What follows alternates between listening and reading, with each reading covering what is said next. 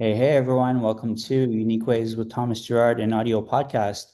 I have a really great guest on. The guest is a professor of engineering and the author of How Infrastructure Works Inside the Systems That Shape Our World. They write, speak, collaborate, facilitate, and create widely at the intersection of technology and society, with an emphasis on systems, education, design, and materials. Please join me in welcoming Debbie Chachra. Welcome. Hi, thanks, Thomas. Thanks for having me. Are you ready for 20 questions? I guess I am. Great. Question one. Tell me a little bit more about yourself. What do you do? Well, I think you hit some of the key points. I'm an engineering professor. I guess the thing right now is that I'm currently on leave from my home institution, which is Olin College of Engineering. And I've relocated to beautiful Vancouver, BC for the duration. I think of it as kind of being on a self-propelled sabbatical, is maybe the way to think of it. So I'm doing research and writing, but I'm currently not teaching, which has been sort of the focus of my professional work for most of my career.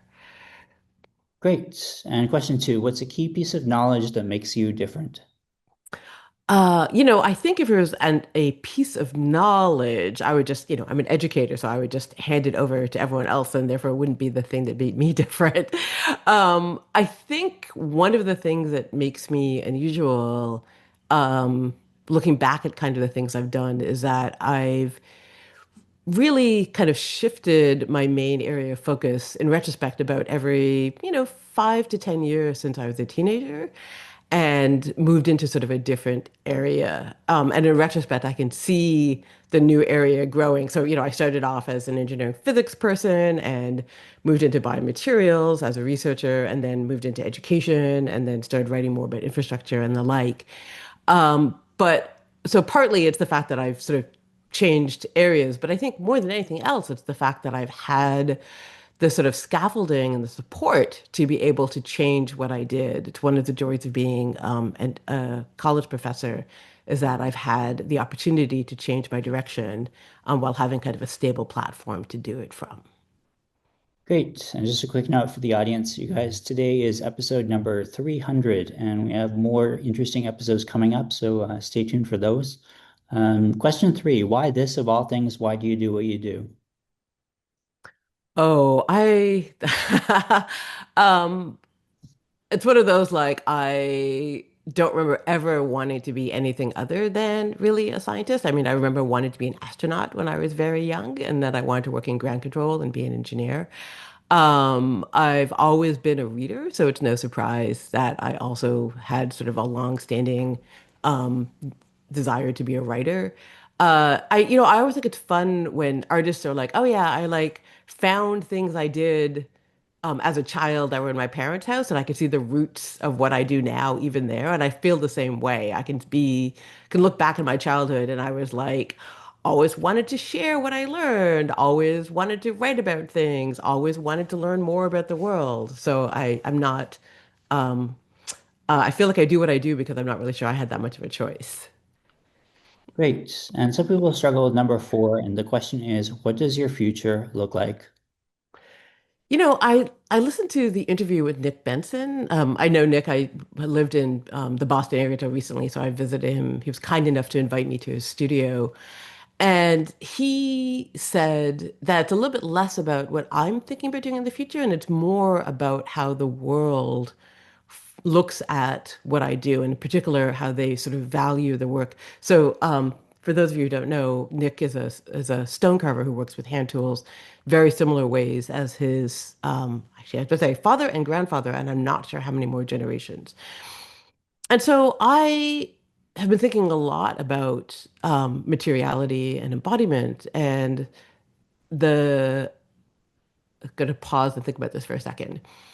That it's a little bit less about what my future is, and I think it's a little bit more about how we as a society decide we're going to value being with each other in our communities, are going to value how we work with matter and energy.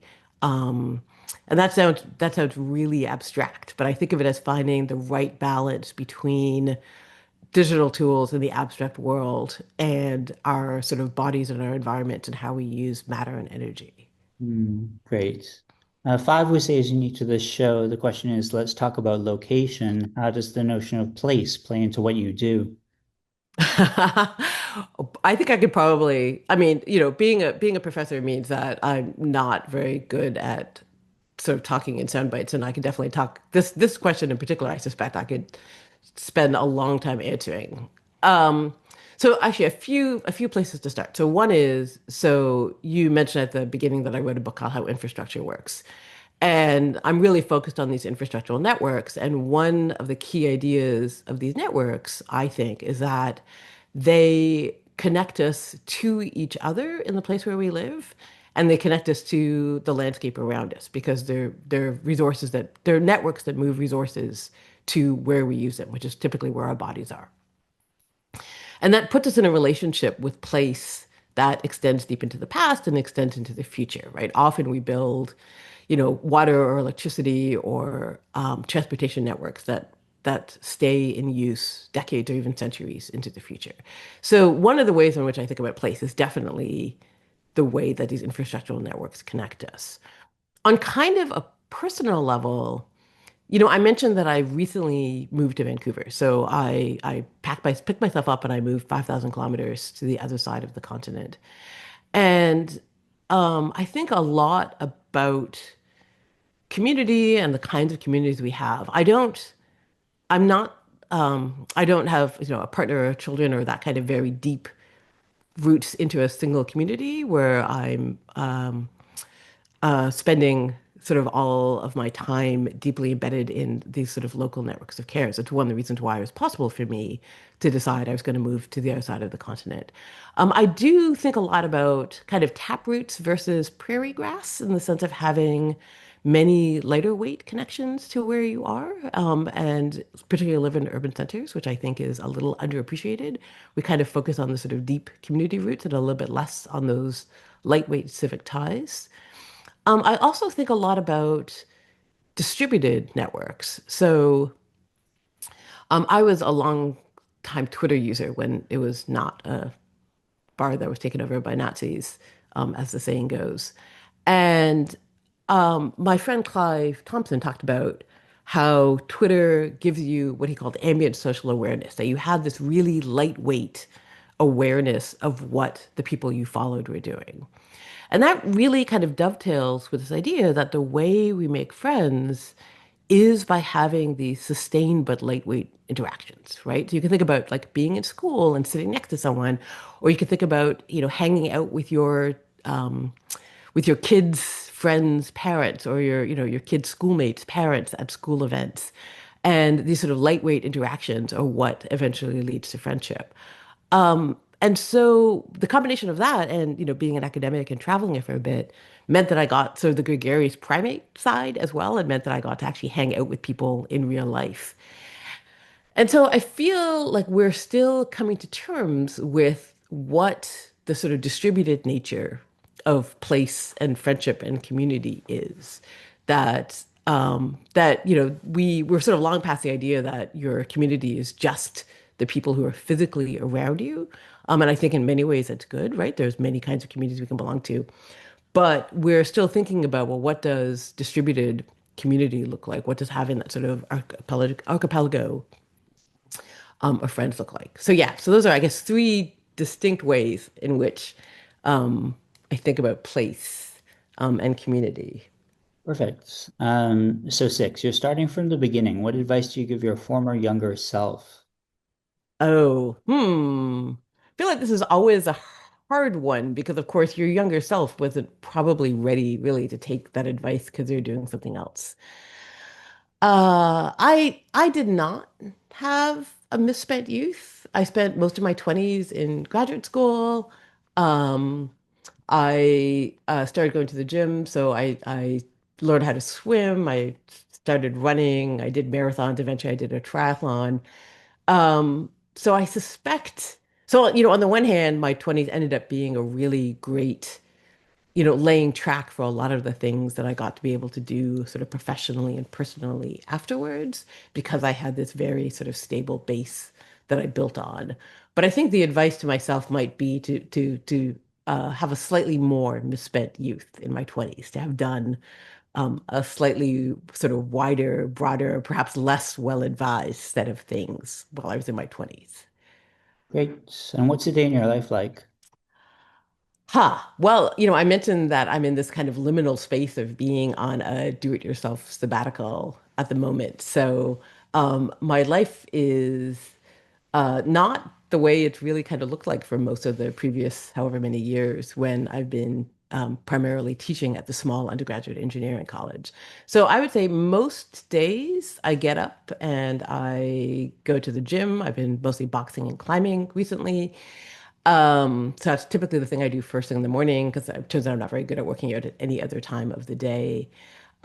Like everyone else, I do sort of a healthy amount of sort of admin work. I try to do a certain amount of deep brain work every day. So writing or moving some projects forward. I try to do a certain amount of analog work with my hands, creative work every day. Um, I so that could be, drawing or building. I just finished a residency at Maker Labs, which is a makerspace here in Vancouver. So I was doing quite a bit of handwork over the course of a week, working in that space. Um, what are other things I do on a daily basis? A certain amount of, actually, probably not enough housework. I'm indifferent at housekeeping. I feel like I should be a little bit better at it. I really, really kind of differentiate between, the sort of Eisenhower quadrant of kind of urgent and important, and realizing that there's a certain amount of stuff that's just practice, that it's not, you don't need to do it on any specific day, but you kind of want to do it on a regular basis, and working out is like that. Um, that and any actually almost any kind of creative practice. It's not that you need to do it every day. It's that you want to make a habit of doing it. So my days are flexible, but I have certain things that I do try to do on a pretty regular basis. Mm, And of course, that's likely, as I said, this is a weird liminal kind of moment for me. So it's just the way my life is running at the moment. mm, mm. Awesome. Okay. Eight is about lifelong learning. It's a popular topic. How do you stay up to date? Well, so I'm an educator and I teach undergraduate students, and I mentioned at sort of the top that I change what I do roughly every 6 to 10 years. So I'm not sure that I don't know if lifelong learning is a thing that I explicitly try to do. I think it's a thing again that I would have a hard time not doing. It's just kind of built into the way that I live and I learn and I teach my students. Um, and again, it's one of those things where it's like I kind of want more people to have sort of access to the idea that you can learn more things over the course of your life. I have to say, having said that, not surprisingly, I guess as an educator, I actually really love taking formal courses. Um, of all kinds, really, to like learn new things in formal instruction or in coached settings. And I'm fortunate that I've been able to do a lot of that. Great. And nine is about tools. Can you talk about your use of digital and or analog tools? I feel like my digital tools are pretty bog standard. I mean, I have, a MacBook Air. I have a mechanical keyboard that's probably about as far afield as it goes. Some specific tools. I mean, I live by my box timer. That I'm, much as I would prefer not to be someone who's really governed by clocks, I find it really useful to have to use timers so that while the timer is running, I don't have to think about time. Um, and I'm really sort of excited. I like using analog tools. I'm definitely one of these people who uses notebooks as well as using computers. I was on a plane and I was writing in my notebook, and the person next to me said, "You're either a programmer or a writer." Um, and I'm kind of neither, but I find it really useful to have physical tools as well as digital tools. And I think a lot about kind of ways to go back and forth between them. Robin Sloan, the author, talks about the flip-flop of moving between digital and physical worlds. Um, but a lot of that moving back and forth happens in my head as opposed to happening sort of automatically using tools. Mm, mm. Great. Halfway number 10, work-life balance, life-work balance. How do you deal with it? Uh, so I think like lots of academics, I don't have a really sharp, bright, shining line between the two. I think part of that, for many years, I was asked to speak on a panel at MIT on work-life balance, and it was at an event that was for women and non-binary graduate students and postdocs who are looking at academic careers. And the thing that I said was, like, I was really happy to be on the panel, but I would not be talking about balancing, my partner and children with my academic career. So a chunk of it is that as an academic, you both have a lot of control over your life and how you spend your time. So you don't, it's not like your boss drops something on your desk at Friday afternoon that you have to do for Monday morning, right? So that the stress that's associated with externally imposed requirements and deadlines is much lower. The stress, on the other hand, that you can impose on yourself, right? Because the flip side, of course, like many people who work for themselves, is that you can work and you can do kind of as much as you want. So it's a little bit less about um, the actual sort of how you block out your time and a little bit more about the emotional affect of how you're choosing what you're choosing to spend your time on and how you do that and how what's imposed and what's not. And so, when I was on this panel, I would always say that a chunk of work-life balance is remembering that you don't owe all of your time to other people, that you owe or that you can carve out space and time for yourself. So in particular, if you have a job that can be all-consuming, you don't have to let it be your entire life, and that it is important to set some time for yourself. So I don't feel like I have work-life balance in the traditional sense of it's like 8 hours of work, 8 hours of rest, 8 hours for what I will, but the nature of the work I do allows me to have sort of work-life balance that's built into the structure of what I do. Great, perfect. 11, if you weren't doing what you do now, what might you be doing? Huh. I think I'm going to struggle with this, which I mean, I don't harbor secret, desires to be a bookstore clerk or to be a sculptor or anything else. There certainly have been, some sliding doors moments in my life where I see it's like, oh, I could have gone in a completely different direction. But broadly, I think it's probably a good sign that I have a hard time thinking of like, what else would I be doing if I wasn't doing what I'm doing? In the sense of, I feel like I actually get to do most of the things that I believe are worth doing, but also that I feel like I can be reasonably, that make a good use of the sort of set of skills and experiences that I have. So I'm really happy to be an educator and an author and a communicator and to work with young people as students and to be able to think and talk about things that I think are meaningful. Sorry, that's a really like that's not a super sort of helpful or fun answer to be like, yes, I love what I do. But again, I think I'm just really fortunate that I mostly get to do the things that I think are worth doing. Maybe I just lack imagination. I don't know. Great. So 12, what would you not like to do with your career? So I've been really fortunate that I've gotten to work for a nonprofit as an educator and do meaningful work my entire life. I think I would be, you've heard me talk about like, oh, I'm so self-directed and I have my own work-life balance and I decide what I want to do every day.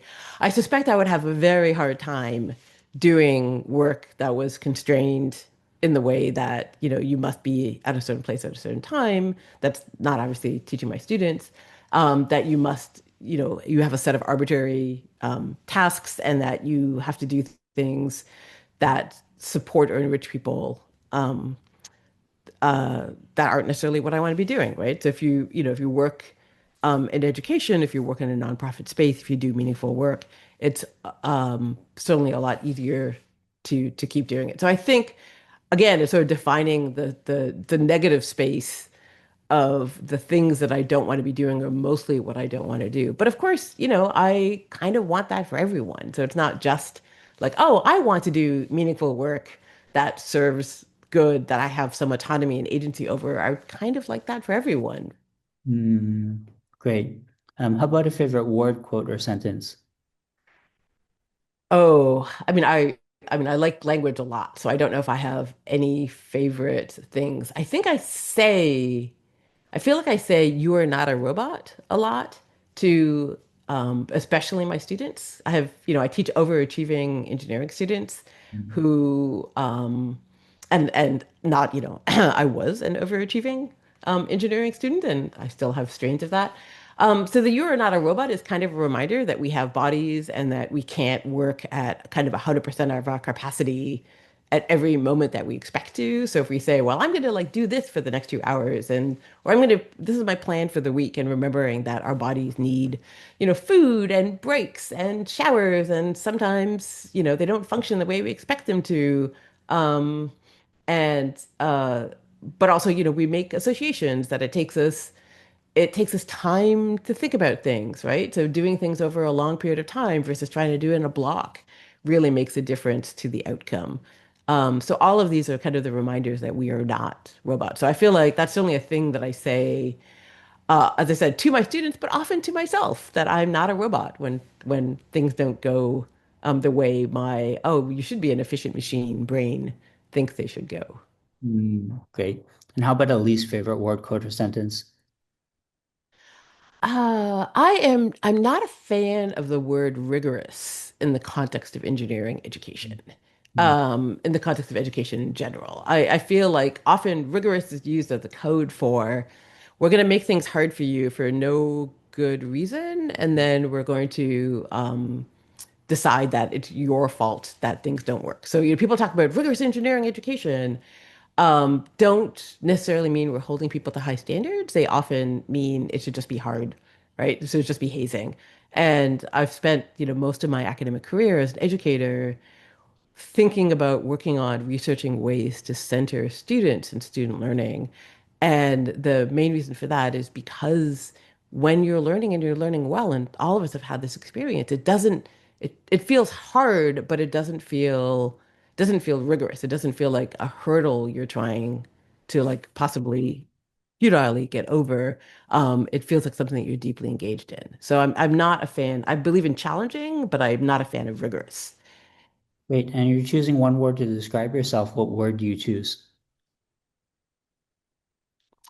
I want to say it's the science fiction writer John Scalzi, and I can't remember how he describes it, but he has this rule that whenever people use words to describe themselves, they're usually wrong, right? So basically anyone who self-describes as classy or smart, right, is often not uh, they're sometimes just plain wrong. So I think I'm going to sidestep that question and say I'm not going to fall into the trap of finding the word to describe myself because I fear it'd be really badly wrong.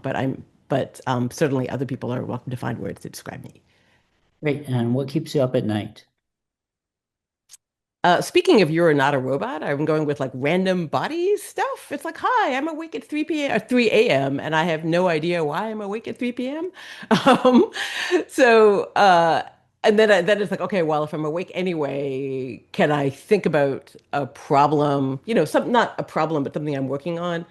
Can I use this time of lying awake in a way that feels worthwhile and is not looking at my phone, which, not gonna lie, like most people, I'm bad at reaching for my phone um, if I'm awake at night. More more metaphorically, what keeps me up at night? I mean, I think the usual things, kind of personal anxieties, um, concern over the shape of the world, and the direction in which the world is going. Those are absolutely the things that you can't usually do much about lying awake at night. So I try to turn my brain to um, in other directions. I'm going to put a shout out. I really like the Desert Oracle podcast, and I like the Nighttime on Still Waters podcast. They're kind of opposites. One of them is from near Joshua Tree, and one of them is from narrowboats in canals in England. But they're both kind of nice things to listen to when you're awake at night and you would really prefer not to be. Nice. And final stretch here. Number 17. What's a dream you're chasing? I often say that I have a set of professional goals, and the one that is sort of at the top right now is, pretty much the entire technological transformation of all human civilization so that we use renewable energy and we close our materials loops so that we live within planetary boundaries.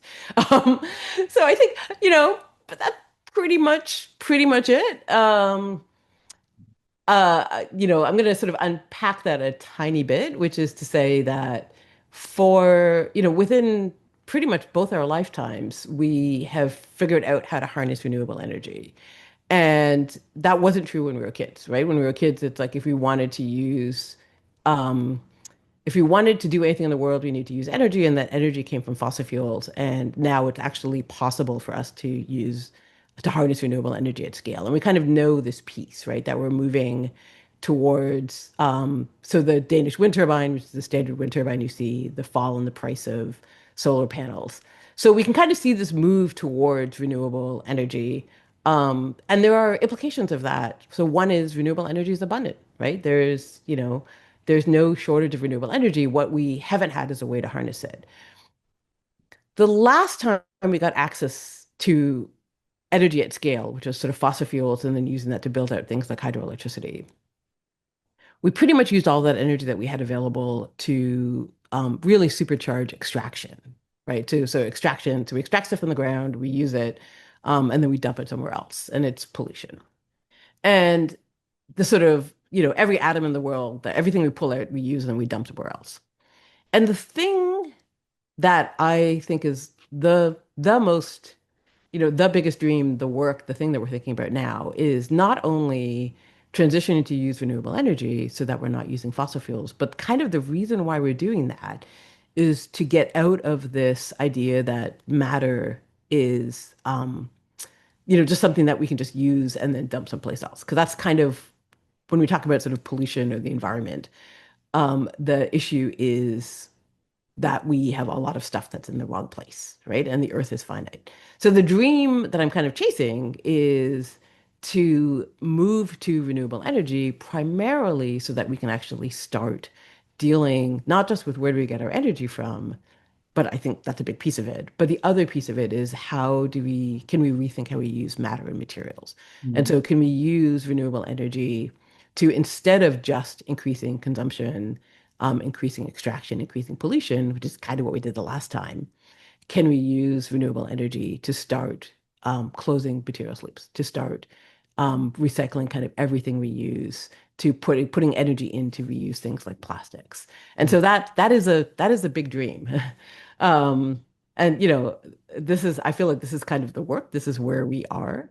Um, but I feel like for me, kind of personally, professionally, thinking about where we are um, as a society, but really as a civilization, um, I think that is the dream that we're chasing, right? Figuring out how to navigate through climate change, and this is what's on the other side. great. Number 18, what inspires you? Well, having just said this giant, like, big, like, how we're doing this, certainly, a lot of people in that space and a lot of the possibility in that space is inspiring. This is another kind of really, anodyne response, but I actually really love museums and art galleries and art. And it's like, oh yes, they exist for a reason.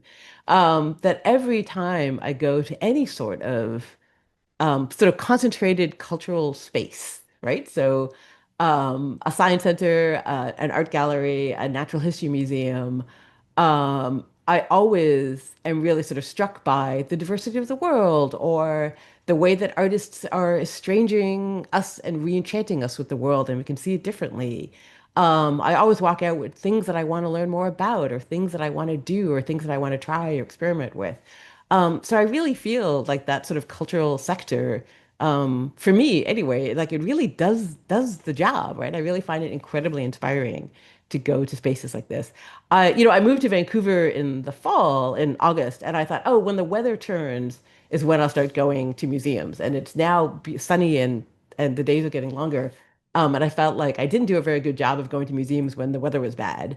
But I'm really looking forward to exploring the local, the Beatty Museum of Biodiversity, and I haven't been to Science World, and I haven't been to the Vancouver Art Gallery yet. So I'm really looking forward to exploring a new set of institutions here.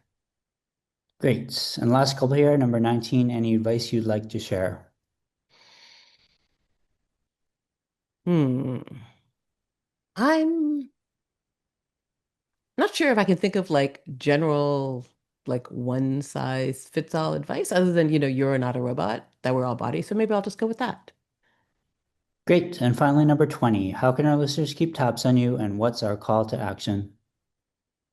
So as you said, I wrote a book. It's called How Infrastructure Works. It's available at local bookstores and also your public library if you're listening to this and you're in the Anglosphere. I'm Debcha, Debcha, kind of everywhere. So I'm Debcha at saturation.social on in the Fediverse. I'm Debcha on Blue Sky. I'm pretty findable. I'm debcha.org. I'm pretty findable. I do have a newsletter. It's probably the best way to keep tabs of what I do, which is at buttondown.com.metafoundry. So metafoundry like metaphysics or meta levels, foundry like iron. So that those are probably I'm easy to find online, easy to keep tabs on. Oh, and I'm Debtra on Instagram. So if you search my name, I'm sure I'm easy to find. Great. Well, thanks so much for being on. We were chatting earlier that you're not the typical Unique Ways guest, and I think that's good. I think that's a direction that our audience will appreciate. So, thanks so much for joining today. Great. Thanks for having me, Thomas.